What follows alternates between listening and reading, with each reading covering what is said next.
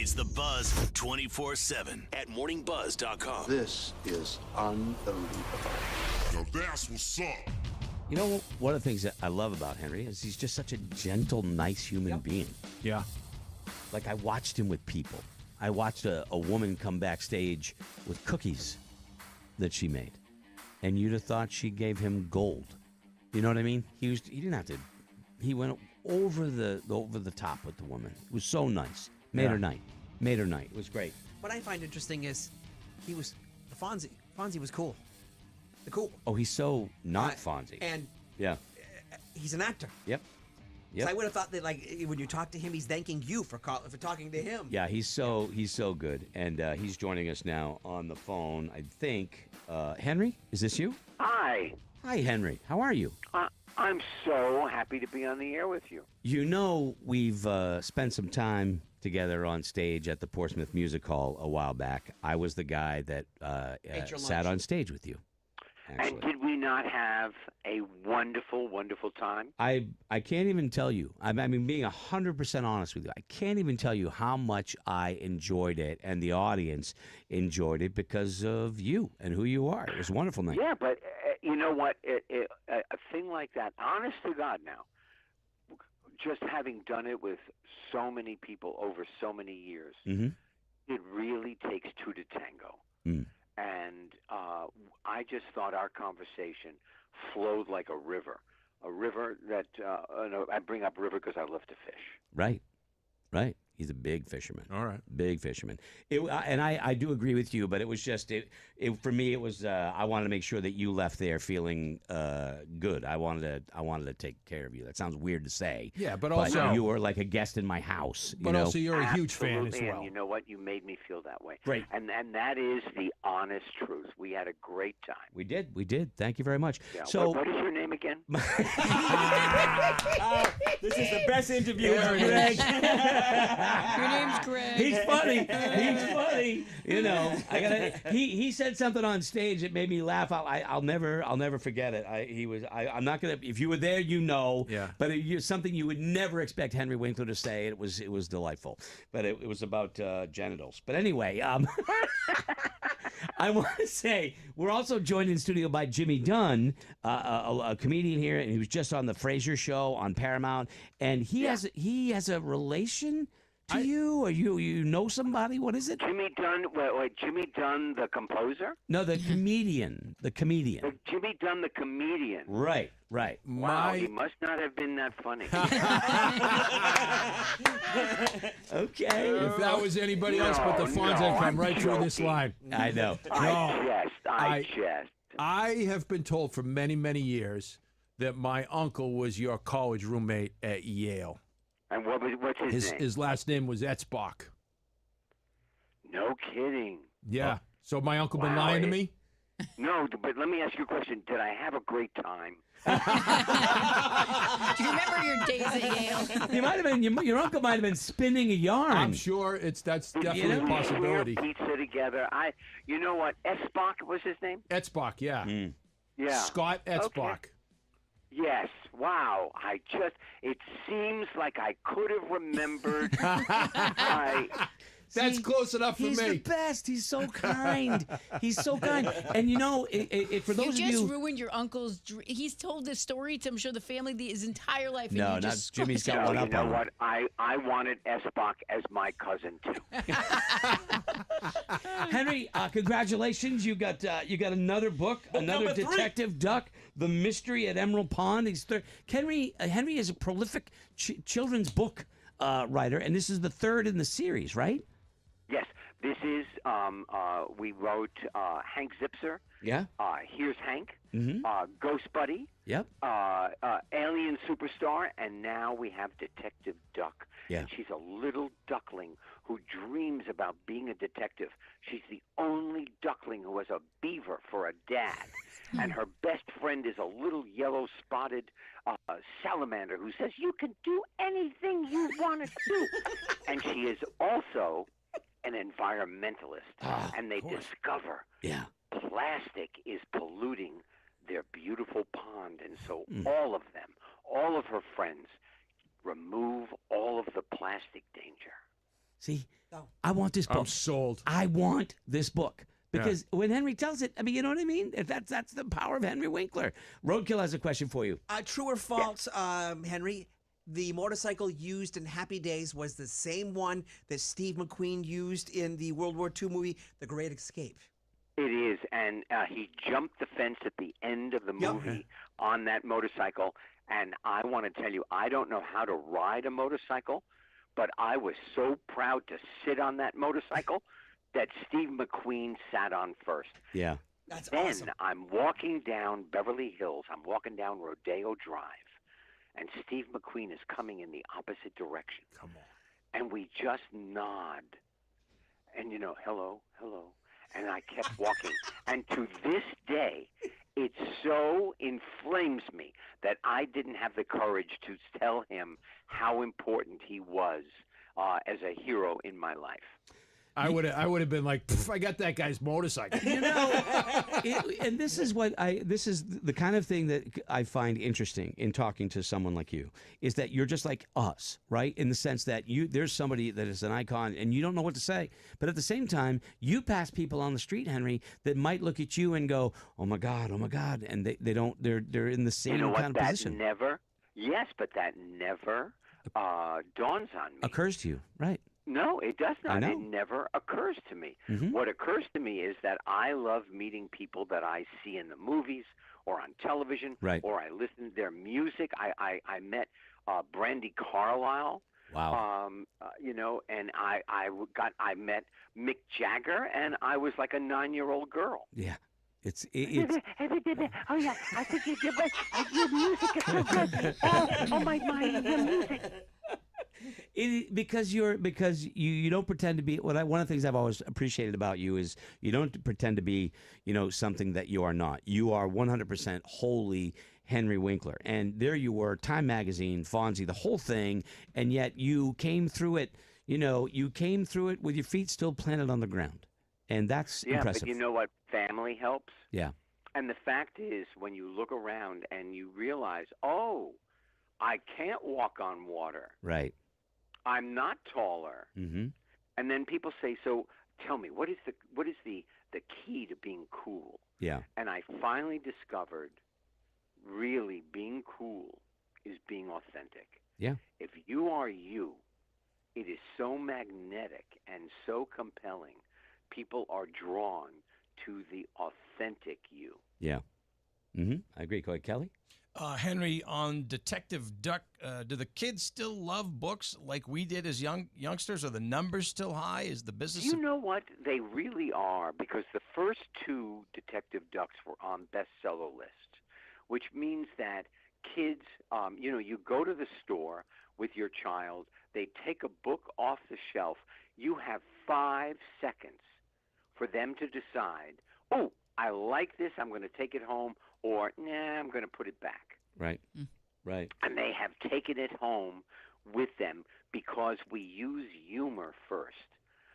Every book we write is filled with humor because we believe that's the gateway to the reluctant reader, to the emerging reader, so that we're not an assignment, we are entertainment. Because once there is no internet, there is always a book. That's true. And yet, it's interesting because having read your book about your life, being Henry. and so much of it, you talk, and this is one of the triumphs of sitting with you and having you talk to the music hall audience and telling the story about how you spent much of your life reading because he was severely dyslexic. And you succeeded in spite of that mountain that you didn't even know what it was until someone said, you suffer from dyslexia. He didn't know. And yet... No, I was just called stupid. I was called lazy, not living up to my potential. And I kept thinking, I'm not stupid. But adults are saying that. Maybe it is true. You've got to be so positive with the children in your life, whoever they are. Right. Right. Because their self-image, they know they've got a problem. 1 out of 5 kids has some sort of learning challenge. Yeah. They know they're different. They know they're not up to snuff. That, oh wow, David can read or Tiffany can read. I'm having trouble, and their self-image plummets like a stone to the bottom of the ocean. Right. And our job is to make sure that every child has a strong sense of themselves. And your gift, right, as an adult now, is to give the gift of reading to children. There's really, it's a lovely arc there for you. Well, I think. didn't know that was going to be it, because writing was like a time filler. I couldn't get hired as an actor. Right. And then somebody suggested I meet Lynn Oliver, my wonderful partner, and write children's books. Yeah. And I thought, I can't do this. And here it is. We don't know how many different things we actually can do until we just try. Yeah. You're the best. You're the best. I know we have a limited amount of time. And don't forget, go watch Barry. Go watch the whole show if you've never seen him. He's the best. So good. You're the best. Oh, can I brag? Yes. Please. Our son Max is the showrunner and the director of a new show on Netflix called The Ed Gein Story. It's the Monster franchise. It's #1 in 64 countries. Nice. Roadkill's all over it. I got one episode left. It is amazing. Yeah. Isn't Charlie Hunnam amazing? He is should win awards for this. I agree with you 100%. Yeah. Right. And he's a lovely man. Yeah. And inside him is this scary guy. Yeah. Oh, I'm telling you, Stacy and I, our buttons don't stay on our shirts. We are bursting. Good for you. Good for you. Good for you. I'm happy for you. I'm happy for him and your family. Always good to talk to you, Henry. Thank you so much. I look forward to talking to you again. Okay. And then we'll talk Detective Duck #4. You got it. Thank you, Henry. I'll tell my uncle you said hello. Yes. Oh, my God. Gone. They cut him off. We was too late. He went too long. Oh, man. I haven't had much of a chance to talk about it, but the latest monster with the You brought it up with me. You said you've got to watch is this. Friggin' crazy. Yeah. And one of the things right away that disturbed me and Amy is the voice that he uses. Yeah. Ed Gein Doesn't was sound like him at all. Was he the Wisconsin killer? Was he in Wisconsin? Yes. I think? He was one that at a dinner party, a guy was telling Alfred Hitchcock this story about how this guy, would kill people and then wear their skin and everything. And that's where he came up with Psycho. And then a young kid went and saw Psycho and he was like, it was good, but it could have been better. And he wrote the Texas Chainsaw Massacre. So And then somebody went and saw the Texas Chainsaw Massacre and decided, let's do something called the Silence of the Lambs.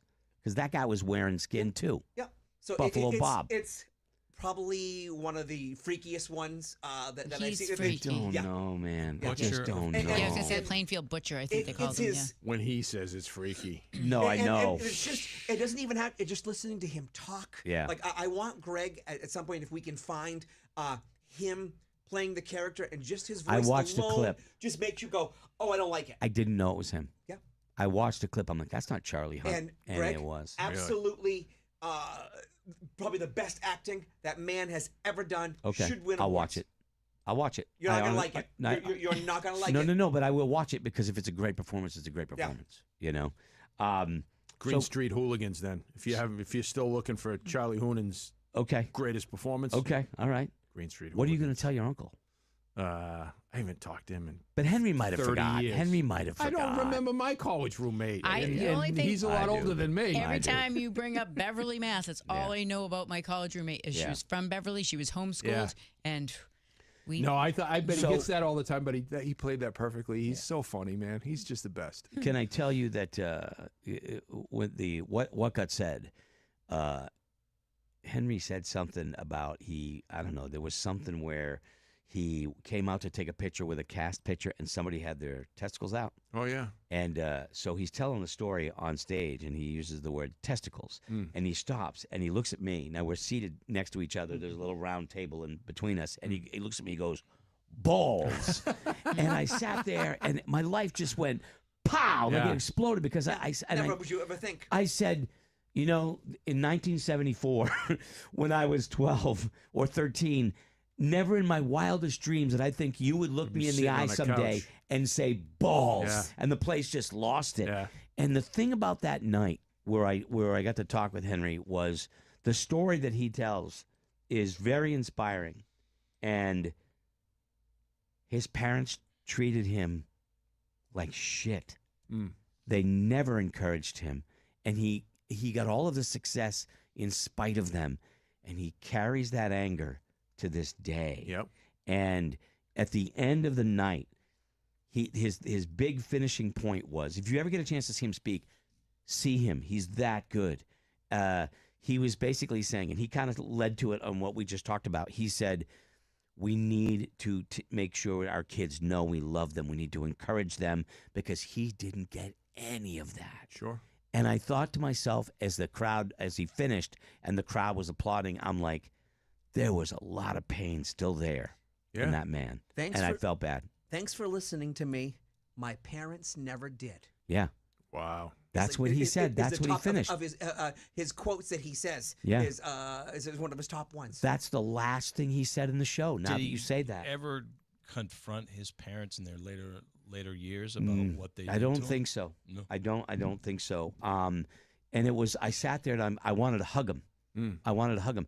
The dude thought he was stupid till he was in his 30s, because dyslexia wasn't talked I about. was gonna say, Wasn't now they a have special thing. schools and everything. Right? Yeah. Can you imagine? And now he's not just writing, but he's actively promoting a children's book, which is really That's what an arc. What a great arc that is. And it's definitely an act of giving back. Yeah. He doesn't need to do that. I absolutely, my big thing that night was to go into it and know, like, I got to take care of this guy. Yep. Like, I want to take care of him and make sure that when you go out and do something like this, you know, you're with somebody, and we've all been on stage together, right? So we know I got to have Scotty, Laura's back. Anything goes wrong, I'm there. You're not Sure. going to fall. Well, I'm not physically fall, but anything you could do so that the other We're gonna person pick you doesn't up. fail, we're going to pick you up. Yep. When you go out after a comedian maybe had a rough set, you're not going to beat the shit out of him. You're going to try and support him. Maybe, I don't know. That's Or are probably you going to beat the shit probably out of bad. Yeah. Probably not. Probably not the right example. Bad example. Okay, right. I should have Yeah, thought, I right. usually mumble something like, but "Yeah, when- nice try, all right, kid." let me rephrase. When you're out working together on stage, for instance, when you and I do a skit like a buzzball, No, when you're on a the other guy doesn't fall. Well, when you're on a sitcom, Yeah, same thing. Same thing. And Same when thing. you're on a sitcom and someone's having trouble with lines or something like that, Right. Right. and there's a live audience, Right. and you know the take is broken, Yeah. you absolutely play and go and get a Yeah. laugh with the audience while they 100%. while they get their lines together. He's good friends with Bergeron, and he emailed Bergeron after it was done about it. So Yeah. he was very kind. He was Yeah. very kind. I'm but- sure he does a ton of those, and they have somebody who doesn't know what they're doing. Like he said, it takes two to tango. Yeah. You're a professional interviewer. You know what the hell you're doing. Yeah. And it's amazing to me how many people will travel with a show like that, and they'll just get somebody who might sell a few tickets to do the interview that doesn't care. Yeah. and, well, and I know that I know that when they did the Wolf thing, I know that hurt you, man. That they didn't. yeah. But I mean, that wasn't. I'm not mad about. I'm but just bummed that I didn't get to be the one to sit on Bummed's stage the with right Peter, word. Yeah, Peter yeah, Wolf, yeah, yeah. because I love that Of guy course. that much. Yeah. You know, but there are other times when you go and you see that kind of thing. Like I would have been interested to see the Cusack one, because that would be Yeah. interesting. I would love to have Yeah. done that. I did the Carrie Elways thing, and that was different because that guy had 4 scripted questions You didn't like that that had one. to be asked in order, and it Yeah. removed all of the conversation out of it. Now, That was the same deal with the Sheen one when they did the Charlie Sheen thing that bombed pretty famously. right? Did you watch the? I haven't watched it yet. Yeah, I haven't watched I did it. not go to that. Nobody's watched this. It Yeah. is on my list. I Please. just got the TV You set watch. back. I'm like, you watch a lot of TV. I do watch a lot of TV. I do Like, want to say about the I've Carrie watched it. the Carrie Elways thing that the crowd loved it. The Yeah. crowd loved it. But I wanted it to be more of a conversation because listening to someone's answer often gives you where the next question should go. Yeah. Right. Right. But if you're looking down at your sheet going, I've got this question, you miss things. I've done those too, where they give you, hey, these are the 6 questions we want you to ask. Well, why don't you just type it up and put it in print? I'm not interested in that. Yeah. No, it was definitely. I mean, look, the crowd loved it. Shatner was the best, but I love those kind of situations. I love those kind of situations to go out and do that kind of thing. So, so he was cool. I told you he was cool. He's the super nicest cool. guy ever. We Nicest all guy know he's ever. cool. I mean, Kelly Brown, then Henry Winkler. I mean, we know you're the nicest guy ever. Kelly Brown, can you ride a motorcycle and jump it over I sharks? never will be on a motorcycle. Wait a minute, didn't they show him? Oh no, it was on a flatbed. The motorcycle was on a flatbed, yeah. He did once got on the motorcycle and crashed. Yeah, I knew The that. first shot, and I knew then that. everything else was flatbed. Where was and, he supposed? Where was the Fonz when he was doing that? Where was he located? In Los Milwaukee. Oh, No, the but show where was filmed in. Well, where was the actual setting supposed to be when he was jumping a shark?